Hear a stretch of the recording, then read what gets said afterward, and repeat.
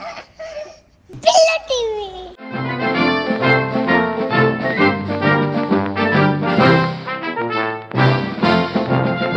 जय श्री राम। इस वीडियो के पहले भाग में पार्ट 1 में मैंने बताया था कि हम दरबार में आए राम जी की पहली बार और कैसे अब राम कथा की शूटिंग शुरू हो गई थी और वहाँ से हम शुरू करते हैं। एंड जैसे मैंने बताया अद्भुत माहौल था और पापा जी ने कहा कि एक काम करो, तुमको गाना याद है? तो हमने कहा कि हाँ हमको गाना याद है। तो पापा जी ने सारे कैमराज ना वाइड शॉट्स में लगाए, मतलब दूर दूर रखे। और पापा जी ने कहा कि सबसे पहले एक काम करते हैं, सबको राम कथा सुनाते हैं। तो पापा जी ने सारे एक्टर्स से कहा कि सब लोग बैठ जाओ अपने अपने स्थान पर। तो राम जी बैठ गए, सारी माताएं बैठ गई, सारे भाई बैठ गए, हनुमान जी, सुग्रीव जी सब अपने अपने स्थान पे चले गए और सारा क्राउड आ गया। 500-700 लोग थे, बड़ा जमावड़ा था और it was a huge shooting, it was a big thing, बहुत मेहनत था। और पापा जी ने यूनिट से कहा कि कैमरा टीम और सबसे कहा कि हम पूरा गाना शूट करेंगे एक बार, ताकि बच्चों की रिहर्सल हो जाए और सबको सुनाई दे कि गाना क्या है, बना क्या है। राम जी भी पहली बार सुनने वाले थे और सबको पहली बार मतलब हमारे मुख से सुनाई देने वाला था। रविंद्र जैन जी ने ऐसा गाना बनाया था कि I think it is one of his finest creation. और हम तैयार थे और वो घड़ी आई जब पापा जी ने साउंड रोल, कैमरा और एक्शन कहा और 1 2 3 करके गाना शुरू हो गया। सारा दरबार बैठा था। मुझे पता था मेरी लाइनें क्या है, मयूरेश को पता था उनकी लाइनें क्या है। तो हमको पता था कि ये लाइन मुझे बोलनी है, ये लाइन मयूरेश को बोलनी है। और हमने, पापा जी ने कहा आपको जो ठीक लगता है आप कीजिए, उसके बाद मैं कोरियोग्राफी करूंगा, उसके बाद मैं आपको बताऊंगा कब उठना है, कब बैठना है, सब मैं आपको बताऊंगा, लेकिन आप पहली बार आपको जो ठीक लगता है आप कीजिए। और हम दोनों ने गाना शुरू किया। प्लेबैक था, आवाज हमारी नहीं थी, प्लेबैक था, लेकिन हम गा रहे थे और हमने गाना शुरू किया। और बड़ा गाना है, बहुत बड़ा गाना है, 7 8 10 मिनट का गाना है। और हमारी समझ में नहीं आया कि गाना कब खत्म हो गया। हम अपनी जगह से उठे नहीं क्योंकि हमको कोरियोग्राफी पता नहीं था, लेकिन हम जो आसन हमको दिया था, दरबार के मध्य में एक आसन है जिसपे वो दोनों बैठे हैं, और हमने पूरा गाना गा लिया था और गाना खत्म हो गया। और हमने, बच्चे थे हम, तो हमारी समझ में नहीं आया कि अब क्या, मतलब ना कोई कट कह रहा है ना कुछ कह रहा है।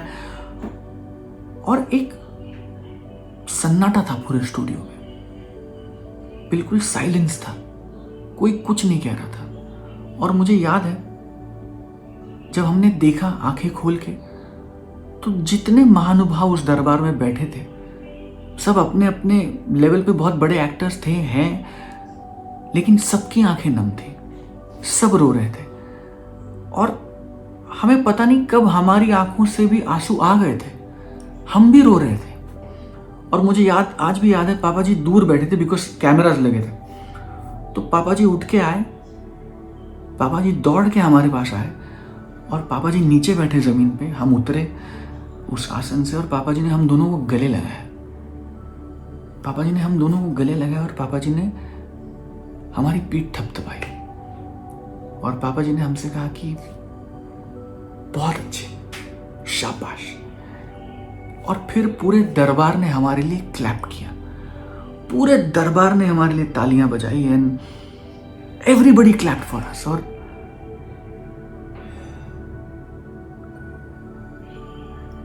आधा 1 मिनट शायद वो तालियां चल रही थी और पापा जी खड़े थे। पापा जी ने एक हाथ से मुझे पकड़ा था, एक हाथ से मयूरेश को पकड़ा था और हम सिर्फ लोगों का अभिवादन स्वीकार कर रहे थे। हम ऐसे 360 घूम रहे थे और पूरा यूनिट ताली बजा रहा था। और उसके बाद हमको बिठाया गया, हमको थोड़ा सा रिलैक्स किया गया, चाय कॉफ़ी नाश्ता। और उसके बाद हमने उस गाने की शॉट बाय शॉट शूटिंग शुरू की। जब पापा जी ने उसकी कोरियोग्राफी की कि ये खड़े रह के बोलेंगे, ये सुग्रीव जी के पास जाके बोलेंगे, ये लाइन लक्ष्मण जी के पास जाके बोलेंगे, ये राम जी को देखकर बोलेंगे, ये नतमस्तक होकर बोलेंगे, ऐसे करके कोरियोग्राफी शुरू हुई। लेकिन वो आधा 1 मिनट मेरी जिंदगी का शायद सबसे महत्वपूर्ण आधा 1 मिनट था, क्योंकि वो एनर्जी, वो ऊर्जा मैं आपको शब्दों में बयां नहीं कर सकता। और उसी गाने में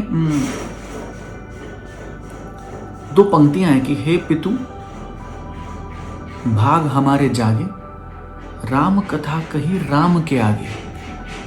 और वाकई ये मेरा सौभाग्य है कि मुझे राम जी के आगे, क्योंकि मैंने तो राम जी को देखा नहीं, मेरे लिए तो अरुण गोविल जी ही प्रभु रामचंद्र है। तो ये मेरा सौभाग्य है कि मुझे शूटिंग में ही सही लेकिन राम जी के आगे राम कथा कहने का मौका मिला। और मैं जिंदगी भर परमेश्वर का, परमात्मा का, प्रभु राम का और रामानंद सागर जी का आभारी रहूंगा कि उन्होंने इस काम के लिए मेरा चयन किया। ये उत्तर रामायण के पर्दे के पीछे की कहानी का मेरा आखिरी वीडियो है।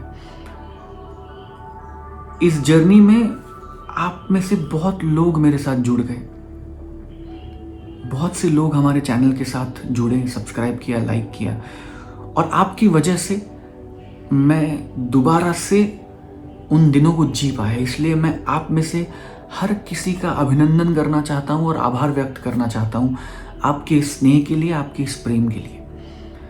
आप में से बहुत लोगों ने कहा है कि उत्तर रामायण के बाद हमें श्री कृष्ण के पर्दे के पीछे की कहानी भी सुननी है। और जी हाँ, मैं बहुत जल्द श्री कृष्ण के चयन की कहानी और उसके पर्दे के पीछे की कहानियां लेकर भी हाजिर होऊंगा। लेकिन आज उत्तर रामायण के पर्दे के पीछे की कहानियां को यहीं मैं विराम देता हूँ, क्योंकि राम कथा कहने के बाद और कुछ रह नहीं जाता कहने के लिए, और कुछ रह नहीं जाता आपका सुनने के लिए। तो इस प्रेम के लिए, इस स्नेह के लिए, इस अपनेपन के लिए बहुत बहुत बहुत आभार और शत शत प्रणाम।